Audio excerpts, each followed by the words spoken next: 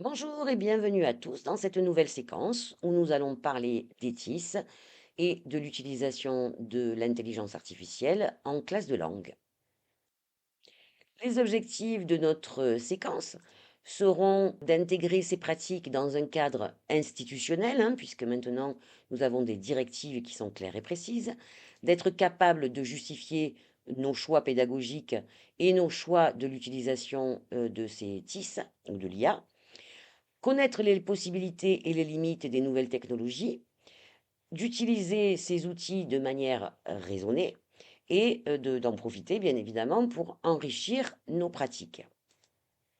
Alors, on va commencer par le cadre institutionnel, puisqu'aujourd'hui, il ne s'agit plus de savoir si on a envie d'utiliser les TIS ou si on est compétent pour le faire, puisque nous avons à présent des directives qui sont claires et précises sur ces utilisations, notamment dans le référentiel de compétences des métiers du professorat, où on va retrouver la compétence 9, où on nous dit qu'il faut intégrer les éléments de la culture numérique dans la pratique.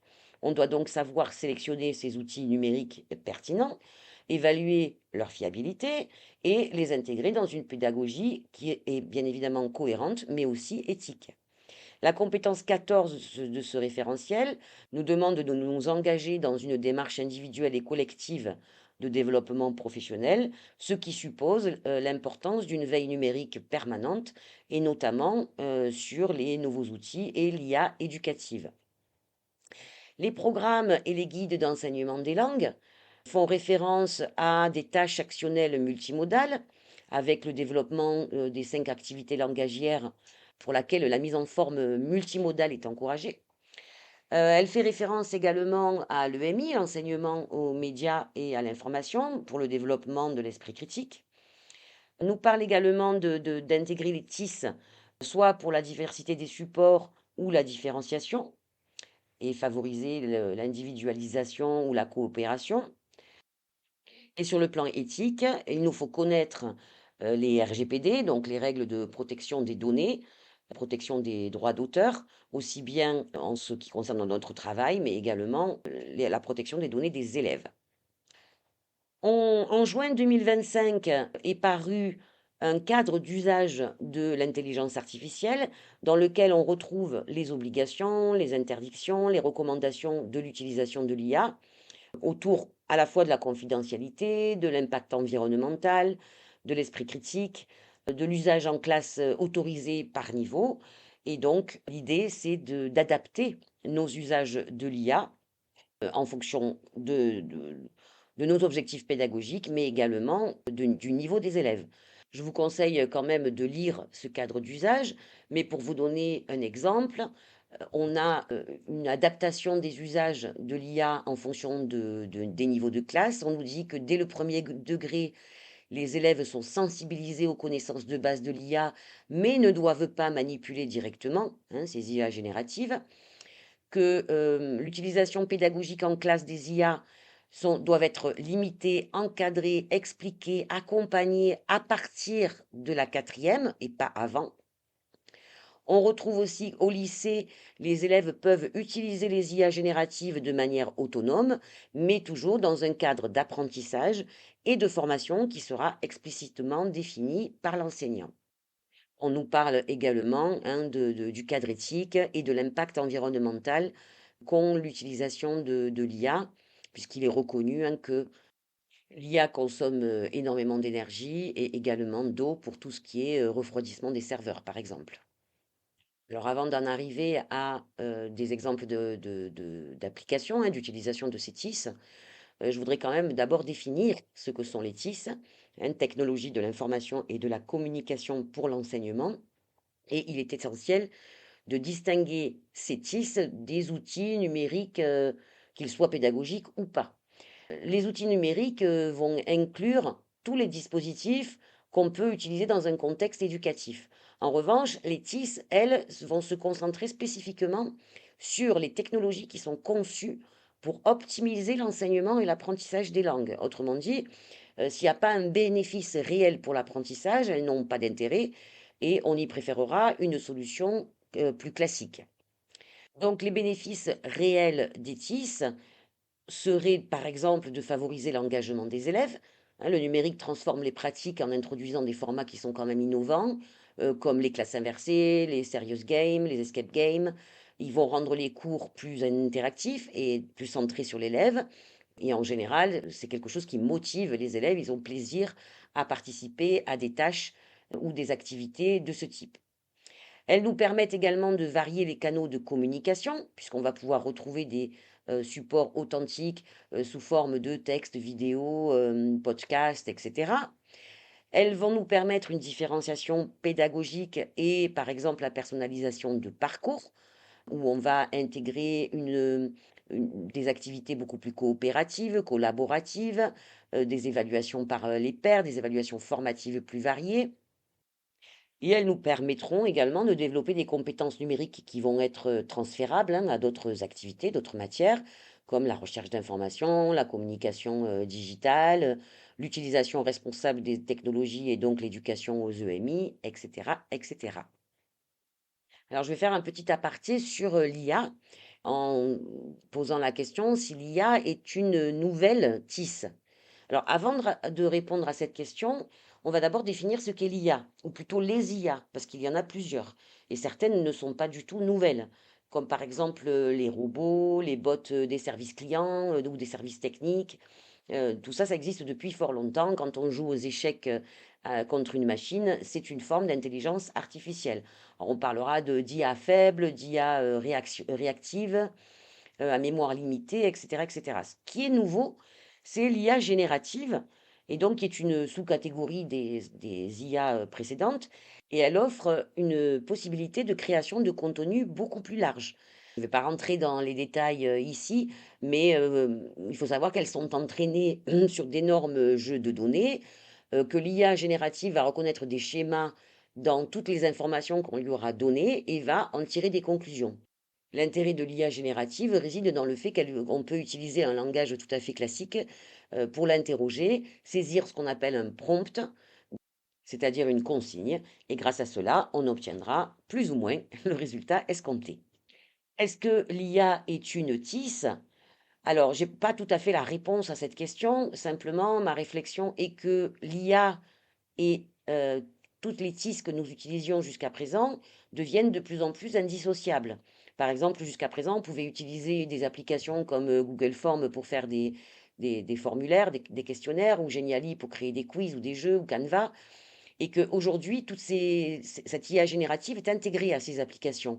Et elles vont permettre de générer des textes, des images, des sons, des vidéos, de créer des applications complètes sans avoir à coder, etc., etc. Et les possibilités sont immenses et elles évoluent jour après jour. Donc, pour ma part, je pense que effectivement l'IA fait partie des TIS. Même si vous n'utilisez pas forcément ChatGPT ou Gemini, vous utilisez des TIS souvent sans vous en rendre compte. Donc, pour des raisons simplement pratiques, hein, je ne vais pas rentrer dans ce cours dans la différence entre les deux, et je vais partir du principe que lorsque je parle des TIS, j'inclus l'IA, même si évidemment ce point pourrait être contesté par des experts, et je ne suis pas experte, je suis juste une pédagogue qui utilise ces technologies pour améliorer ses cours. On va donc voir deux grands chapitres hein, dans cette séquence. Tout d'abord, les TIS que peuvent utiliser les professeurs pour divers objectifs. Et par la suite, nous verrons comment les utiliser ou les faire utiliser aux élèves. Pour le professeur, je dirais qu'il y a trois grandes utilités. Tout d'abord, de gagner du temps et gagner en créativité. Dans un deuxième temps, pour préparer des ressources et des outils. Et dans un troisième temps, pour différencier les apprentissages. Pour gagner du temps, on va plutôt utiliser les chatbots IA, c'est-à-dire les robots conversationnels que vous connaissez certainement, au moins en partie, comme ChatGPT, Gemini, Claude AI, Perplexity, Copilot, DeepSeek ou Mistral. Ils ont tous leurs particularités et chacun va être plus performant dans un domaine ou dans un autre. Et c'est assez intéressant de demander la même chose à plusieurs robots et de voir les réponses qui vous sont fournies. Alors, à quoi on peut s'en servir? En tant que professeur, on peut s'en servir pour créer une progression annuelle ou en tout cas nous donner des idées d'organisation de la progression. On pourra lui demander des idées de tâches, de créer des fiches différentes fiches, hein, que ce soit de grammaire, de phonologie, de compétences pragmatiques. Elles peuvent nous aider à structurer ces fiches. On peut lui demander de créer des questionnaires, de créer des parcours différenciés. Voilà, donc plein de possibilités. Par contre, je voudrais bien attirer votre attention sur le fait que tout ce qui est contenu, analyse, et cetera, qui va vous être donné par l'IA, s'appuie sur ce qui est publié en ligne et malheureusement ne fera pas la différence entre une source qui est fiable et une qui ne l'est pas, entre les idéologies ou les stéréotypes qui peuvent être exprimés sur les différents sites. Elle va utiliser que les données qui sont accessibles, donc pas évidemment les données qui sont sous droit d'auteur. Souvent, ces informations sont tronquées.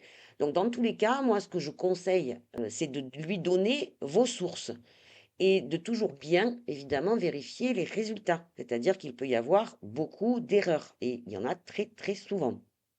Donc, nous allons voir maintenant comment faire un prompt, donc comment donner des instructions à l'agent conversationnel pour obtenir des résultats au plus proche de ce qu'on attend.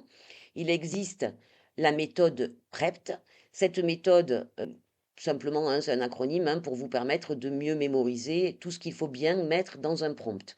Donc, par exemple, le premier P, positionner, il s'agit en fait de définir un rôle. Donc on va préciser le rôle attendu à ChatGPT ou Gemini, peu importe, dans le processus de création. Par exemple, vous allez lui dire que vous voulez qu'il agisse en tant que professeur, ingénieur, scientifique, expert, etc., etc., de tel domaine, et on va l'orienter ainsi dans la manière dont vous voulez qu'il vous donne les résultats. Et ça déterminera son angle d'approche. Le R de rédiger, la tâche, il va falloir rédiger une tâche qui soit très claire et très spécifique. Au plus vous serez précis hein, dans la rédaction de la tâche, au plus vous avez des chances d'obtenir ce que vous voulez vraiment.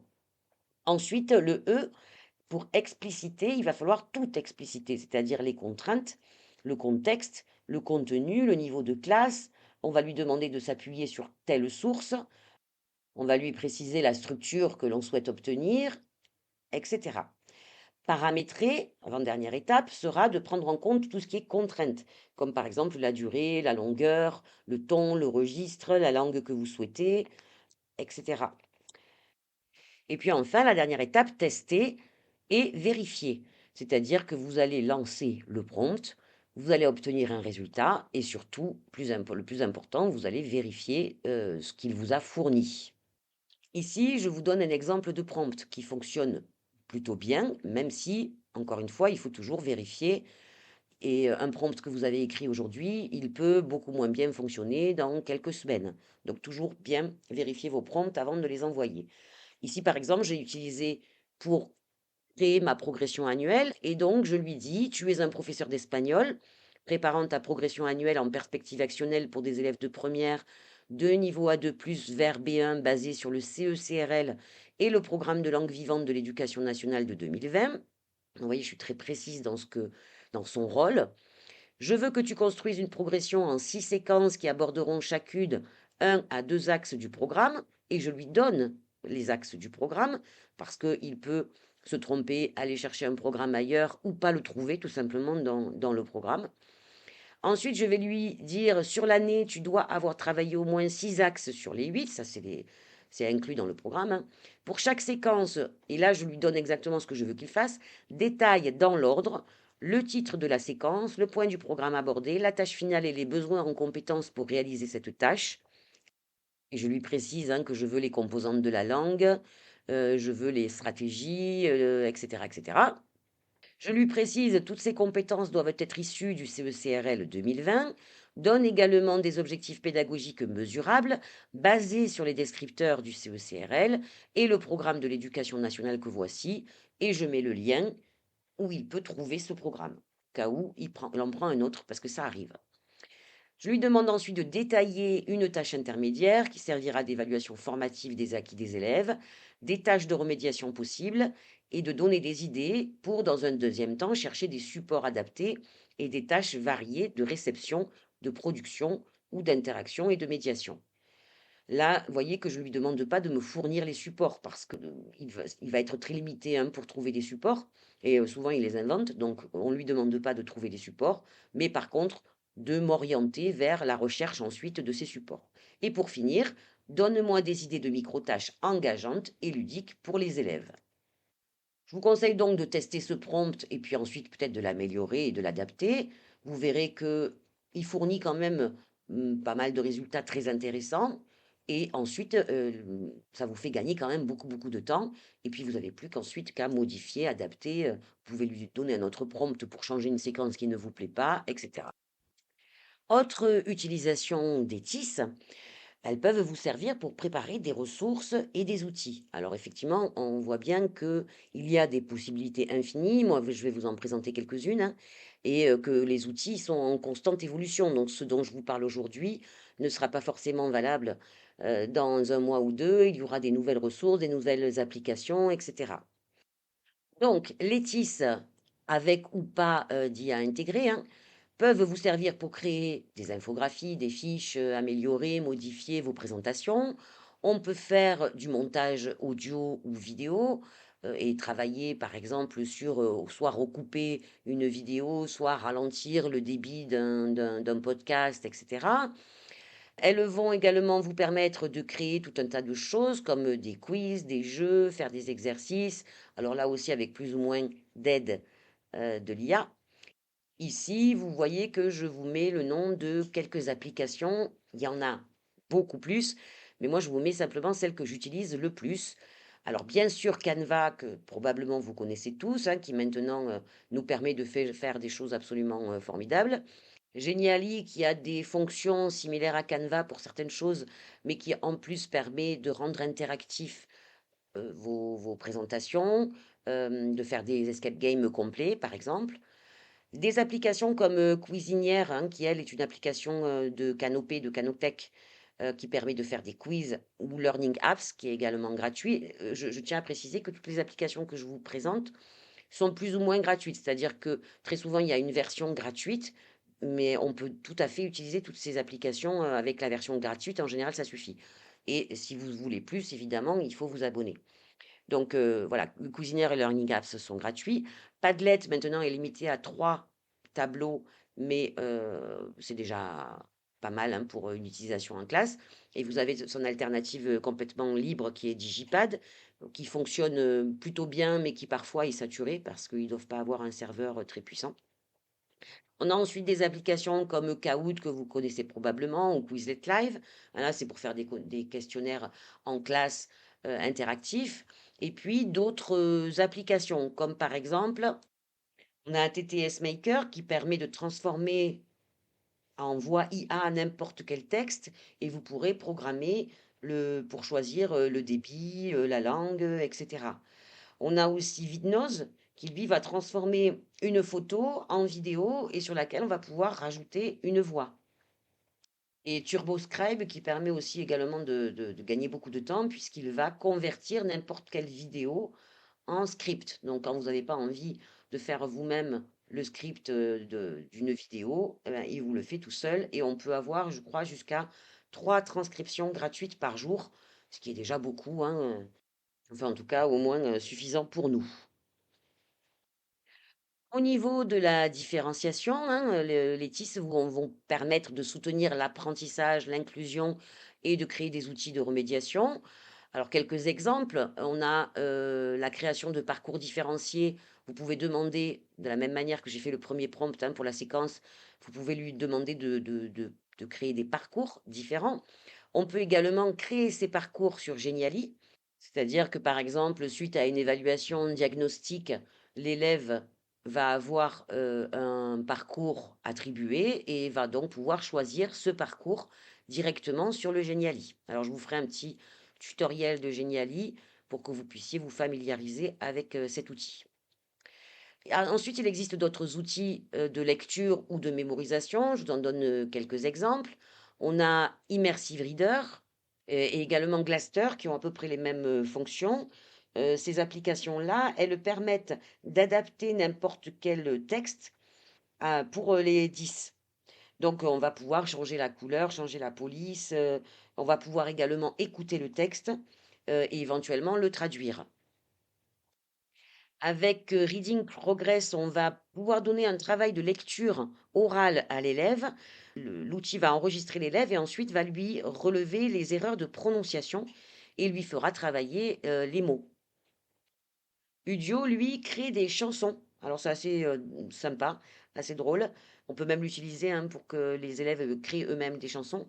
Mais ça permet de créer des chansons qui vont permettre la mémorisation à des élèves qui seraient en difficulté et qui ont des facilités à apprendre par cœur une chanson grâce à la mélodie ou au rythme. Et puis pour finir, on peut également créer des bots qui permettront ces différenciations d'apprentissage ou de parcours. On a par exemple Mizu qui va nous permettre de créer un bot qui va répondre à des questions, comme le font la plupart des robots de service client qui vous répondent au téléphone et qui vous disent de taper un ou deux en fonction de vos choix. Ici, c'est un petit peu le même principe et on va pouvoir l'adapter à notre contenu. On peut également donner des prompts à ChatGPT, comme par exemple pour lui demander de répondre à des questions. On peut demander par exemple à ChatGPT de devenir de lui donner son rôle comme par exemple tu es un élève colombien euh, de niveau troisième et tu vas devoir me poser 5 questions. Entre chaque question, tu attendras ma réponse et puis tu finiras par me corriger mes erreurs et me donner des conseils pour progresser. Et une fois le prompt est lancé, ChatGPT va commencer par poser une question et puis il fera exactement ce que vous lui avez demandé de faire. Ça fonctionne assez bien, bien qu'il y ait des erreurs hein, de temps en temps, et enfin pas que de temps en temps, souvent, mais ça peut être un bon moyen, par exemple, de travailler l'IE.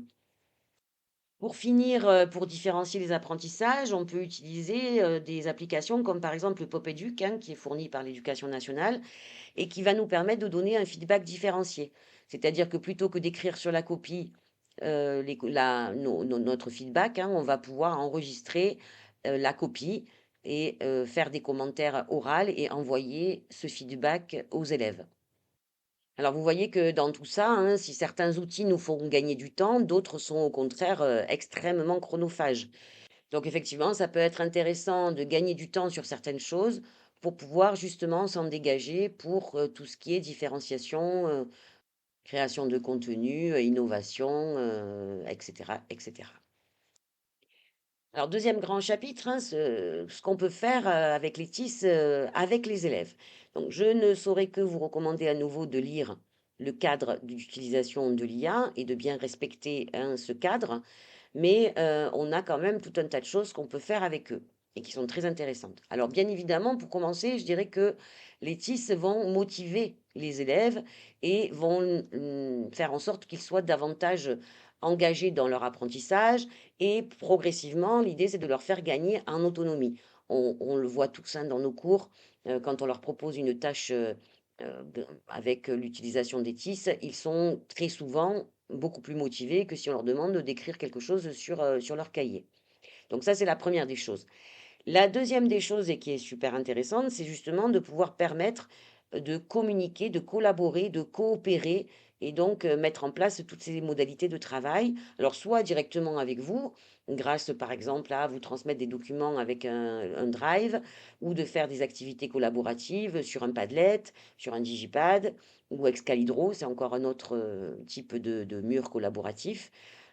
Et donc tous ces outils permettent de faciliter la communication en dehors des murs de la classe, hein, puisque évidemment, ils n'ont pas besoin de ça pour collaborer en classe.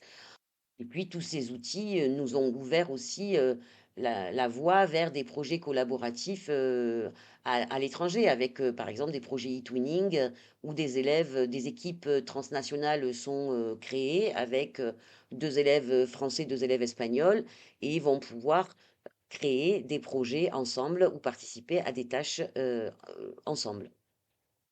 Troisième avantage hein, pour l'utilisation des TIS, c'est donc l'accès à des ressources authentiques. Les élèves aujourd'hui peuvent facilement accéder aux journaux, aux vidéos, à des podcasts, à des Wattpad pour pouvoir lire des œuvres authentiques et donc de multiplier le contact avec la langue. Là aussi, c'est à vous de sélectionner ces ressources pour qu'elles soient pertinentes et accessibles à leur niveau. Et on ne peut que les encourager évidemment à consulter, un maximum de ressources en ligne et de se confronter à la langue, aussi souvent que possible. Pour finir, le développement de la créativité. Alors au même titre que nous, hein, les élèves vont pouvoir créer tout un tas de choses grâce à ces outils. Et la plupart, hein, connaissent, surtout, fin de collège, et en lycée, la plupart connaissent déjà Canva.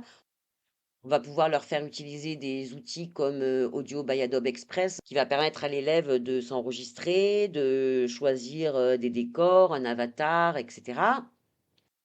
On va pouvoir leur demander de créer des quiz, alors avec Canva, Geniali, Kahoot ou Quizlet, hein, les mêmes outils que vous utilisez vous dans vos préparations. Des créations de livres avec Storyjumper ou Wattpad, où ils peuvent publier, leurs livres. Et puis, par exemple, des dictionnaires multimédia, on a les outils de la digitale, hein, qui sont très bien pour ça, Mobilex et Logilex, que je vous, encourage à les consulter. Donc pour conclure, hein, on a vu que les TIS font partie des attentes institutionnelles, donc on n'a plus le choix, hein, de les utiliser dans nos pratiques, de les intégrer à nos pratiques. Alors si elles nous permettent de gagner du temps, c'est surtout au niveau de la qualité, qu'elles sont, un avantage, hein, particulièrement. Elles nous permettent également de gagner en créativité puisqu'on peut avoir des propositions et puis surtout des applications des choses qu'on ne pouvait pas faire jusqu'à présent et que maintenant on peut réaliser à notre niveau, hein, puisqu'on n'est pas des techniciens. Et elles permettent également de donner accès à ces, applications et ces ressources aux élèves. Elle demande quand même de cultiver cette posture responsable et réflexive sur les usages qui sont attendus de nous en tant que professionnels de l'éducation. Et je dirais que le plus important, c'est qu'elles doivent rester des leviers, mais qu'elles ne doivent pas être des fins en soi, c'est-à-dire qu'on n'utilise pas les outils pour utiliser des outils, mais parce qu'elles apportent une véritable plus-value à nos pratiques. Alors, je ne peux malheureusement pas dans ce cours, hein, vous faire une présentation, détaillée de absolument tous les outils. Simplement, je vous conseille de tester ces outils, de vous les approprier, de voir ce que vous pouvez en faire et puis, avec la pratique, quand on connaît quelques outils, ensuite les autres sont beaucoup plus faciles à utiliser. Alors maintenant, c'est à vous et j'espère que vous participerez, dans le forum pour partager vos idées et vos outils TIS puisque évidemment, ça c'est un sujet particulièrement où le partage est important. Vous avez certainement des idées de tâches, des outils que vous utilisez régulièrement, et ce serait super si vous les partagez avec, vos collègues qui, eux, à leur tour, feront de même. Je vous souhaite une belle découverte de tous ces outils et je vous dis hasta pronto.